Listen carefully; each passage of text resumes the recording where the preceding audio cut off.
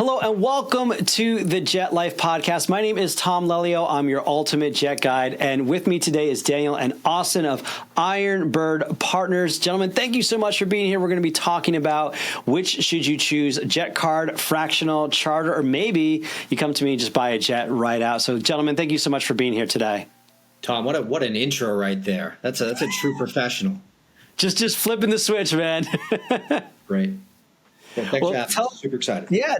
Tell us a little about yourselves, Daniel. Yeah, Austin and I are the managing partners here at IronBird. We're a charter consultant and a whole aircraft consultant as well for 135 companies. So we really focus on clients that trying to decide between charter, fractional, whole ownership. When it is whole ownership, we refer to partners like Tom. When it's fractional, we help you make that decision if it's NetJets or FlexJet. And then when it's charter, that's where we can step in and help you arrange good relationships with local charter operators to arrange all your travel. That's awesome. And where are you guys based out of? We're both in California. Looks like we may have lost it for a quick second. So you lose me? Yeah. I'm back. Yeah, sorry, Daniel. Where are you guys based out of? I'm in Los Angeles. Austin is currently in the desert, Palm Springs. Cool. But you're servicing and working with operators across the country. Yeah, globally. Yeah. Oh, wow. That's okay. Fantastic. So, Austin, one of the questions I get commonly is like, I'm just trying to dip my toe into private aviation. When's the right time to charter? When's the right time for a jet card? What is a jet card? What's the difference between that and fractional? Do you have a range or a guide for people that you kind of walk them through in terms of which solution on the surface level might be the right solution for them? Yeah, it's a great question, Tom, and one that we come across, especially after these last couple of years of, so many new people entering the market. And as we all know, there's a lot of gray space. You're not just deciding what car to purchase. There's big price tags and you're making long-term or short-term decisions and you need to have somebody. So the way that we really think about it is you need to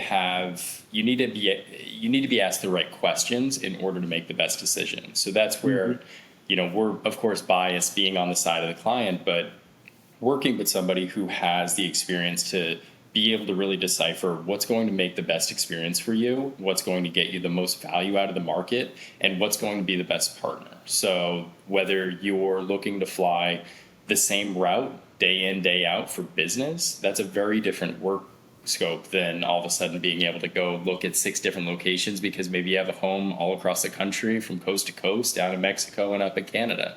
So we like to think of it as start simple. You can always go purchase more. You can always look at bulk options. You can always look at aircraft later on, but go expose yourself, right? It's kind of like purchasing a new car. We'll bring it down, right? You can go Turo and go rent a vehicle for a day and say, wow, that was a great experience. That cost me $200 and I was able to go get exposure to it.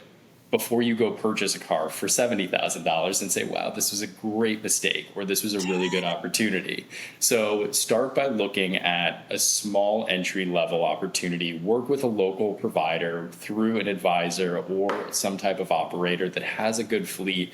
You can guarantee high quality aircraft. You can work through the safety and really just start to understand more of the attributes that you prefer, right? At the end of the day, this should be a high degree of experience. And in order to accomplish that, you just need to know the data points to be looking for. I love that. So getting started, you'd recommend taking a charter flight? 1,000%. Yeah. Gotcha. Okay. So what are some of the things, I don't know whoever wants to answer this, but what are some of the things that someone should look for when they're booking a charter flight that you find most people aren't aware of? And I would also preface by saying, it's interesting when I'm talking with new jet owners or new jet buyers, sometimes they don't know what they don't know. And so what would be some common things that people might be afraid to ask, but they really should be asking because it's in their best interest and we don't want to have them miss out? Yeah, I think number one question is always safety. There's 2 main safety auditing companies. There's a few different safety associations, but really 2 main ones, Argus and Wyvern. Sure. Argus and Wyvern have their own levels of safety. On the low end is gold for Argus, and registered for Wyvern. On the high end is Wingman for Wyvern and Platinum for Argus. Now, just because someone's a Wingman or Platinum doesn't mean they're safe. We've seen incidents with Wingman and Platinum operators, but that's an easy place to start. As you dive deeper into these things, then you'll start getting into pilot experience. So there's minimums of how much time in type of that specific airplane, how much total time. When you start diving into some of these more questions, usually having an advisor that helps you, because you can go even deeper. You can go then into insurance amounts. And that's insurance amount is one thing that I really like to look into, because it's kind of a precursor to where these operators and airplane owners are spending money. And you know a little bit something about insurance as well, but if you're looking at large aircraft like Gulfstreams, and they may only have 50 million or maybe 100 million, that's going to say, okay, well, these people really aren't, maybe they're cutting corners on cost. They say, oh, well, I'm only going to have 50 million on a large airplane. Well, it's like, really, you should be in the 300 to 500 range of insurance. And if you're cutting cost on insurance, what else are you theoretically cutting cost on? Maintenance, pilots, maybe you're hiring pilots that aren't as qualified. You know, all those little precursors and those decisions that I think a good advisor can guide you to will help you make that, you know, that safety, not just your Argus Wyvern rating, but these other small things will help you make those safety decisions to feel like, okay, you know what, I'm in good hands and I'm going to be safe taking this trip. Do you guys have any examples or stories of someone that, you know, chose a charter operator and it was maybe just not a good fit for them, or there was something that kind of, you know, maybe something happened, or any examples of where you've seen, unfortunately, a patron get taken advantage of because they didn't ask the right questions? Yeah. And this kind of goes back to some of the membership things as well. We've seen some companies that, you know, financially were too good to be true. And I think that's a common thread maybe through the last 10 years. When you're seeing operators that pricing is too good to be true, it usually is.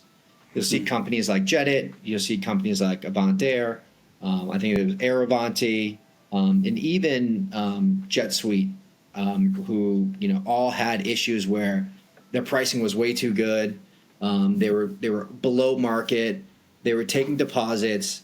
The deposits weren't in escrow, so they just were mingling deposits into their operating deposit.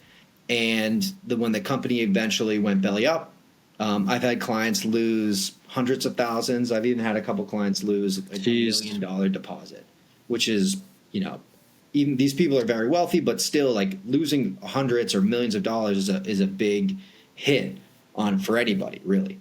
And so obviously in that case, you know, we're dealing with a jet card or fractional kind of ownership, but what questions could they have asked to help them avoid the mistake of losing all that money? I think anytime you're making a large deposit, you want a good track record. No one's ever going to be concerned about their money when they give it to NetJets.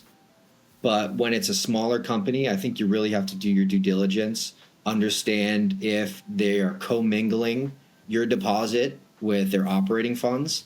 You really want it outside of those very large companies of, I would say, FlexJet and NetJets.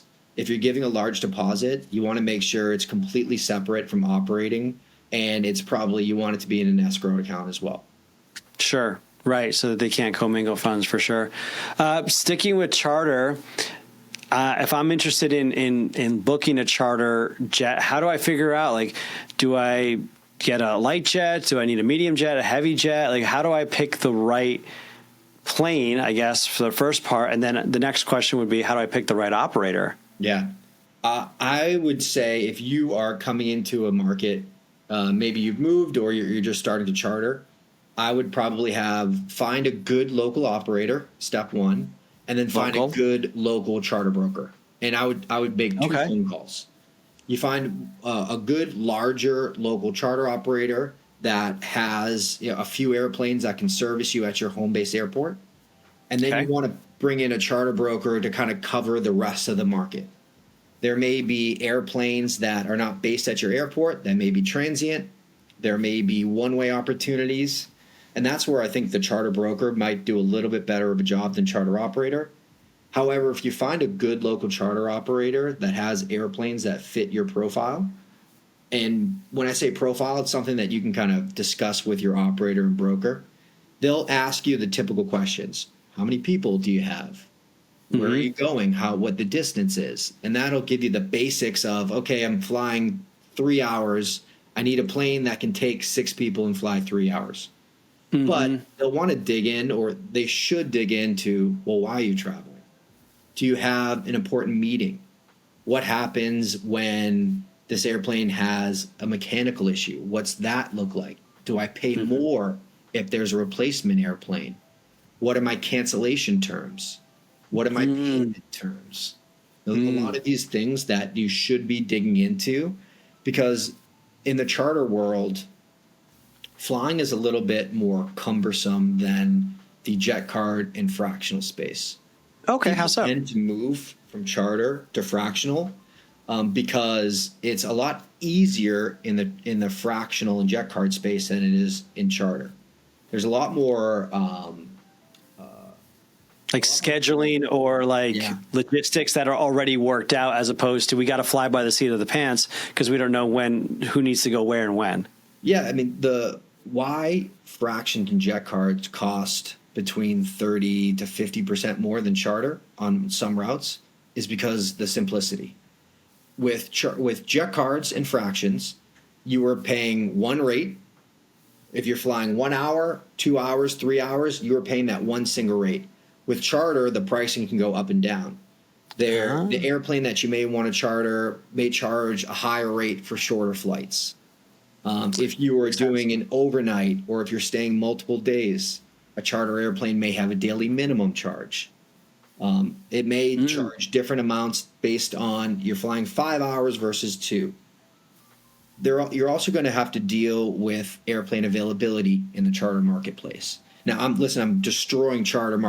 It's my whole business. But let me give you all the difficult things with charter first. Yeah. You have to deal quite often with airplane availability. So the airplane that you really like and is a great rate may not be available that day. Now you have to book either an airplane that costs more. So that flight that you've taken 3 times that cost the same now costs 25% more because you're taking another airplane. Or the airplane may be used by the airplane owner and you booked it, but now the airplane owner says, hey, you know what? I've got an important business meeting. So I know you've had this charter booked, but I really need my airplane. Now you're booking another airplane. So there's a lot of logistics. You know, I've had a pilot quit. Want to talk a nightmare story? I had a Gulfstream G600 flight, and they were doing a flight previous to mine. They land in Florida, and then my trip was a Florida to New York trip. And if you can hear my Boston accent coming out in Florida, sometimes it does. I apologize. So as they land in Florida, the co-pilot quits, walks out of the airplane, and says, "I'm done." And and the client calls us and says, "Hey, the pilot just left." So we call the operator, and they go, "Yeah, like he quit. Sorry, like there's nothing we can do. We're going to airline another pilot out." But the guy just got up, said, "I can't take this anymore. I'm not working for you anymore," and quits. Now, luckily, the client had some flexibility. He went the next day after a very large discount. But the charter is a non-guaranteed solution.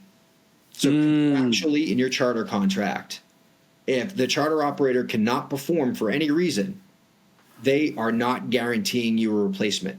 Now, 90% of the time, they'll give you your money back. But with jet card and fractions, you are contractually guaranteed to get from point A to point B. So if an airplane has an issue, pilot has an issue, they will send another airplane. There are situations where they just can't. On some peak days, Sure. As you're getting later in the evening, in some situations, they just don't have any airplanes, but contractually, they are guaranteeing you in jet cards and fractions on most to an airplane. Charter, you're not contractually guaranteed. And that's a risk. But quite often that's why you're paying 30% less. Right. No, I definitely certainly see the benefit of charter for individuals that are just getting their feet wet. I love the analogy of Turo. It's a great way. And that's one of the things when someone calls me and they're, hey, I want to buy my first jet. One of my first questions is, have you ever flown private before? No. Tell me when your next trip is, because I've got, charter brokers that need to, book a trip for you to make sure that this is, oh, I don't want to spend that much money on chartering a trip. Dude, if you can't afford, $20,000, $30,000 for a single trip, you probably don't even want to talk about owning a private jet, of your own. And what's nice about, you said, so it's low risk, but you're also, because they have to be so flexible and so cognizant of every little thing, you can get high prices, you can get low prices.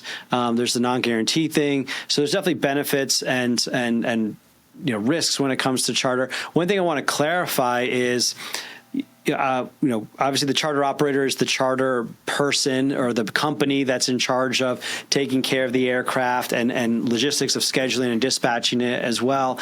The charter broker, let's just talk about that real quick before we move into the fractional side. Let's talk about a charter broker. They're not always part of the operator's company. They're usually operator agnostic, although a company may have a broker sales division. Let's talk about what is a charter operator? What's their main role? What are the benefits and the risks working with a charter broker? Obviously, one of the things that most charter brokers will get dinged for is well, if I went straight to the operator, I could save money instead of working through you. Maybe we can get into that a little bit. So, yeah, if you guys kind of share a little about what is the role of a charter broker, what are the pros and the cons of working with one? Yeah. Well, I'll dive into the charter operator first, and then because I've been on both sides. I've done both. The charter operator is the 135, which is the regulation that you fly under when you're flying charter. The 135 operator of the airplane. Mm-hmm. There's two real types of airplane operators. There's aircraft management companies. So just think of almost like vacation management companies. If you own a vacation home, you can give it to a company that will manage it. It'll help you rent it out to people that want to stay in your home. It will maintain it. It'll help you with everything it'll staff it if you need to. That's what an aircraft management company does. If you're a corporation or individual and you buy an airplane and you want to charter it out, it's smart to give it to a good aircraft management company. They will then go out and find other people. They'll find direct retail clients or charter brokers, and they will charter your airplane when you're not utilizing it. You can also give your airplane to a company if you're not even interested in charter.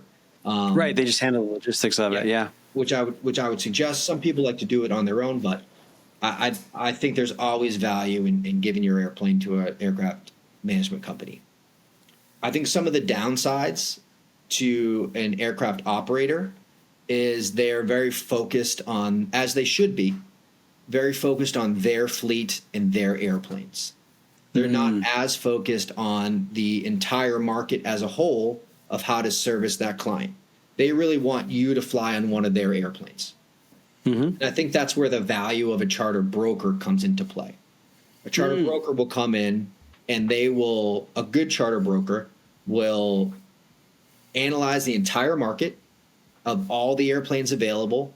They'll provide you guidance on here are good operators. And even within each operator, there may be a good operator, but there may be bad airplanes or bad crew members in that operator. So they'll say, here's a good operator, and here's an airplane inside that operator that I really like to utilize. We've had success in the past. And they should provide you guidance. Sometimes charter brokers don't have a ton of expertise in the operations. So if there's crew duty issues or mountainous airports, I would say when you're working with a broker, you want to make sure that they have some operational expertise. And I think that really helps when you've worked for an operator before, that you get in front of a lot of issues, crew duty issues, overnight, owner approval. A lot of these issues that can happen, you really want a charter broker or even your rep at the operator to help you get in front of a lot of these issues. A good operator or a good broker will answer the questions before you have them. You shouldn't walk into a trip and be surprised that, oh, I only have this airplane flew earlier today, and now I can't be late because the crew's going to run out of duty time.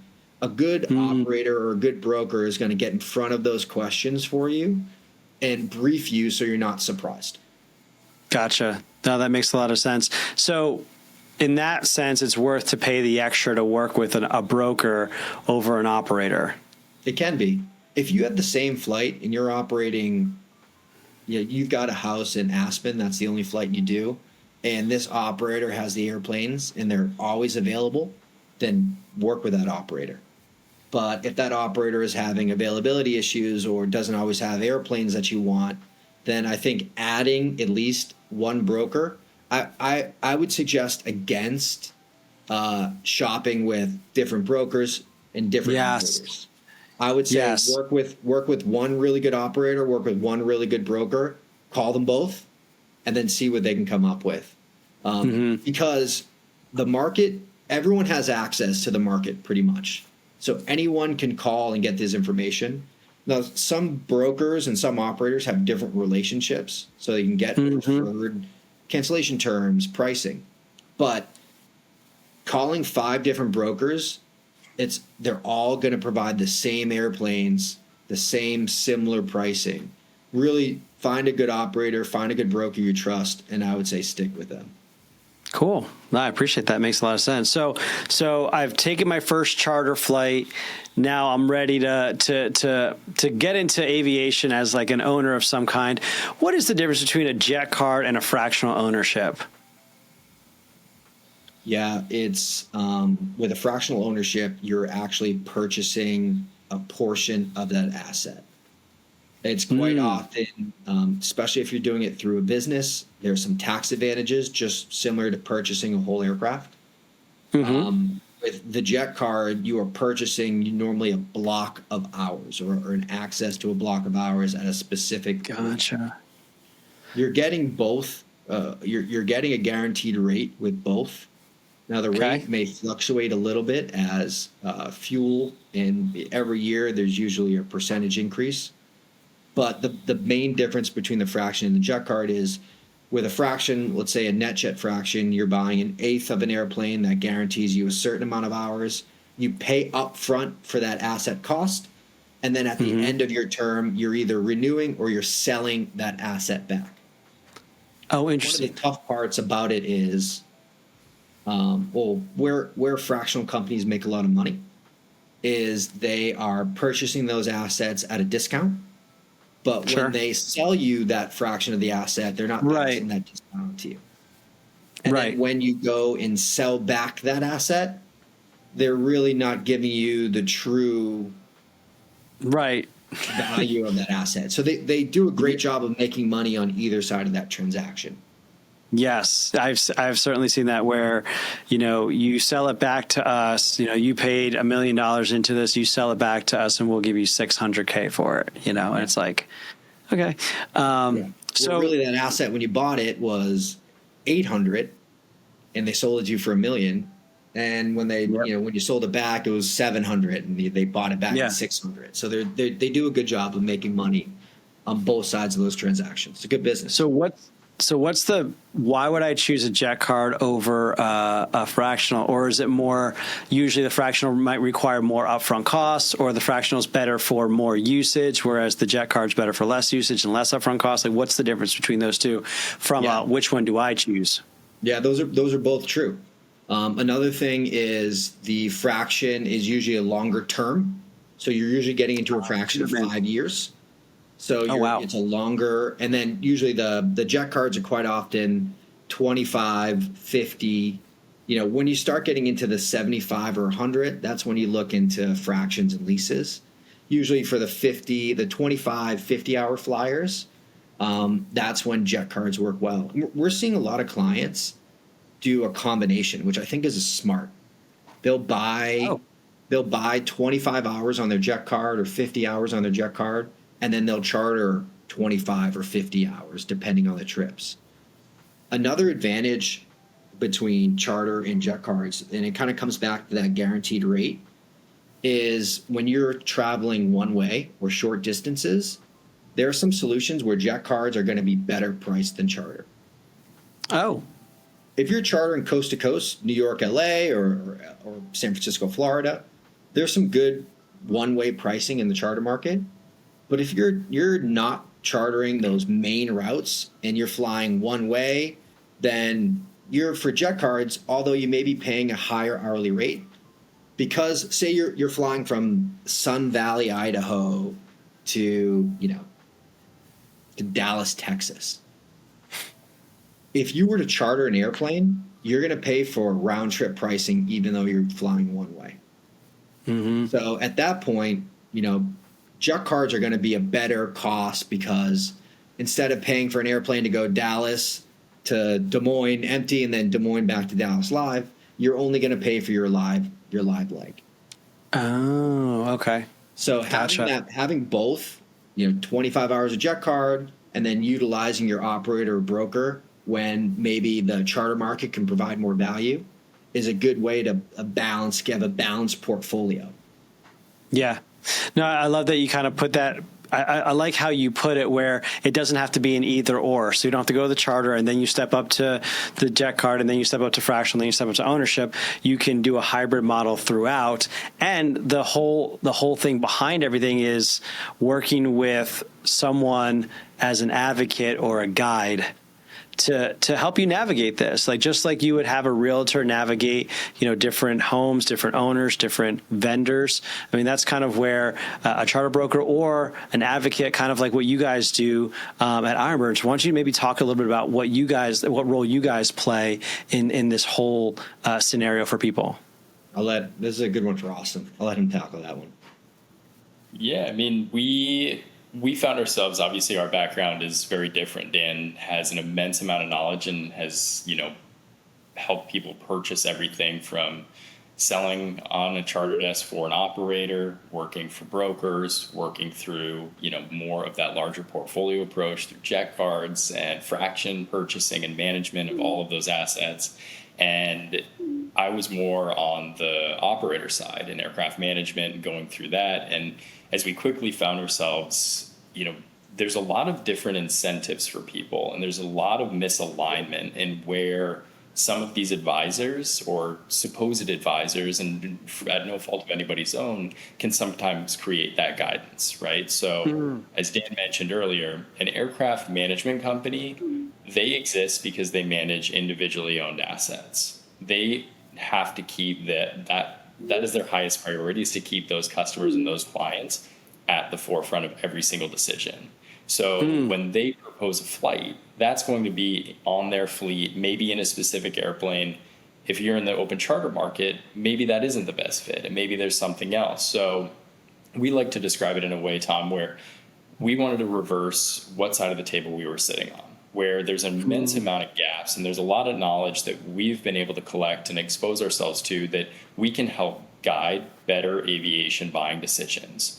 And that comes from everything of what we can physically support in-house as far as ad hoc purchasing or, being able to work through partners like yourself and really kind of align people with trusted resources in specialty spaces, or be able to actually walk somebody through and just start to highlight some of these questions we're talking about. I mean, I think we can probably list off almost 100 variables that we've covered so far, and it's been a 20-minute conversation. So Sure. If you compound this across an individual flight or an individual purchase, and I'm sure on your side, there's such complexity to everything that it's making sure that you have somebody who has an independent bias and only cares about your best interests, because this industry must require good experience, because if not, that's when it all fails. So our goal is work with people who appreciate that, who are willing to, kind of provide some degree of payment for that level of service. We don't work with everybody, right? We don't select some of the people who are just trying to fly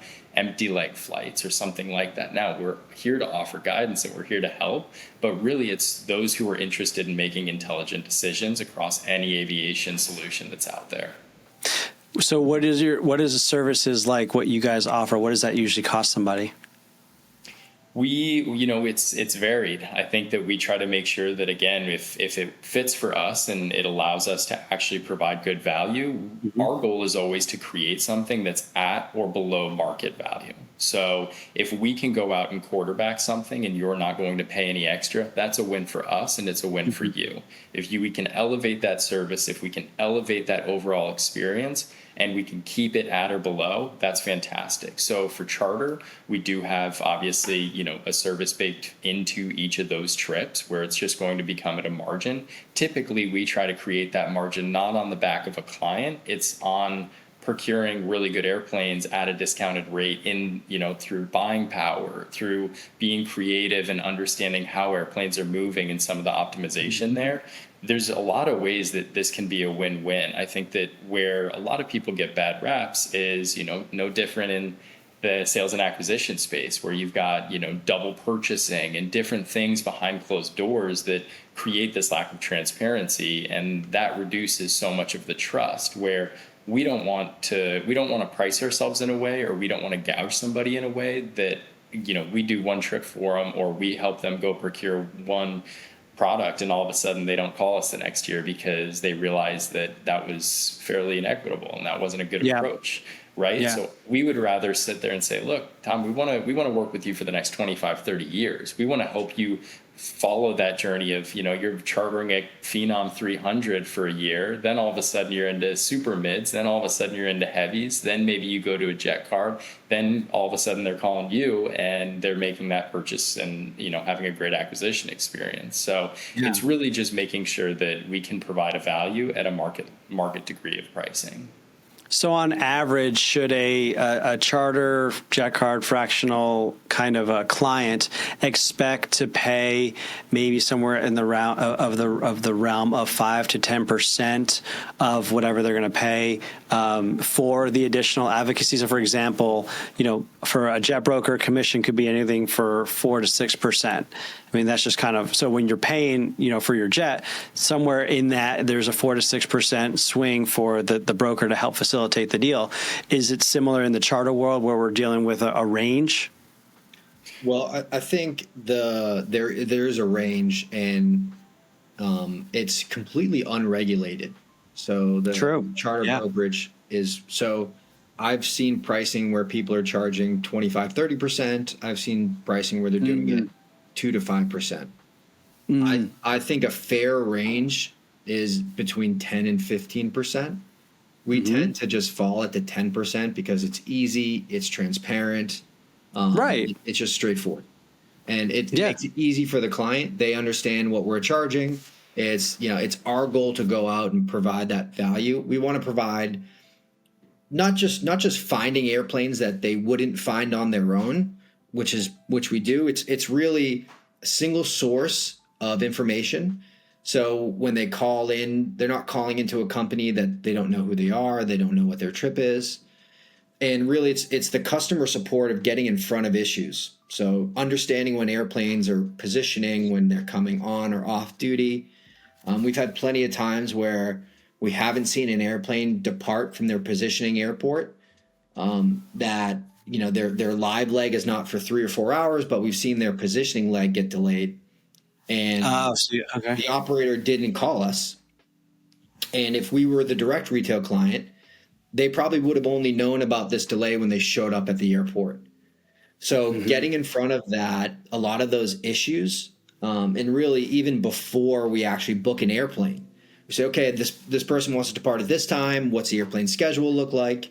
That's really the value I think that a good charter broker or consultant will provide, is getting in front of those issues before an operator does. Operators are busy. They're focused on pilots. They're booking cars and rental cars and hotels. Sometimes because of that, some of the client communication it falls a little short, and I think that's where brokers provide a lot of value of not being annoying to the operator, but really making sure all the communication and all the things are checked off their list to provide the best service to the client. And it's a win-win for the operator. If the broker is helping yeah. the operator and the operator then performs better or communicates better to the client through the broker, it should be a win for that operator. Absolutely. And Tom, I think another aspect to that is, you as we kind of look at that pricing band, there's a lot of trust that goes into it with not just who a client is entrusting their service with and that degree of, whether it's a broker, whether it's an operator, whoever's kind of advising them in that role. Obviously, they understand somebody's making money throughout that. On the other half, what they don't see sometimes is maybe you like to go out of a certain FBO for every single trip, and maybe every operator doesn't fly out of that FBO. Well, maybe we'll go eat that $1,000 cost every single flight because we want to make it as easy as possible for you. Maybe we had a pilot that was sick the day before and had to go find an entirely new airplane, and in the market that was 4 or 5 or 6 or 10% more. Maybe we won't pass that along to you because, again, there's a lot of that dependency. So back to Dan's point early on, where when you find somebody that you really enjoy working with at any degree of service and products throughout the industry, it's so important to kind of reflect on what are they doing that maybe we're not seeing. And when people start to shop, you start to erode a little bit of that. So it's not necessarily that we're saying, stick with one person and trust them through and through. You should always be an intelligent purchaser in anything, whether you're going to Costco when you're buying groceries or you're procuring your next flight. But one of the most important parts is enjoy and entrust the people that you're working with. And it's really all of this industry, we're working with the same 15,000 airplanes in the United States, right? Nobody is offering some immense differentiator that's going to change your life in a huge way. So enjoy who you work with and know that they have your best interest through your own vetting process. Oh, man, I really appreciate that. Well, gentlemen, there's so much more I want to talk to you guys about, so we'll definitely have to have you on again. But please tell us, where can people find out more about what you guys are doing? How can they connect with you? If they're interested in the charter, fractional jet card world, then they're looking for a guide to help them. I'm the ultimate jet guide. I can help them with the purchase, but I would love for them to have an ultimate charter fractional jet card guide to go to. So where can people find out more information about you guys? Our website, flyironbird.com. We also try and do some good LinkedIn updates. So if you follow us on LinkedIn, myself, Daniel Harris, or Austin Borkowski, it's a good way to connect with us, either through our website or LinkedIn. Awesome. And you guys got a podcast as well, right? We're just trying to be like you, Tom, when we grow up. That's great. No, I definitely encourage anyone watching to go over to their YouTube channel and check out the podcast. There's some great guests, some really great insight for aviation people that are trying to understand, pulling back the curtain on aviation. So thank you, gentlemen, both for being here, and we look forward to seeing you in the future. Awesome, Tom. Thank you, bud. Appreciate it. Thanks so much.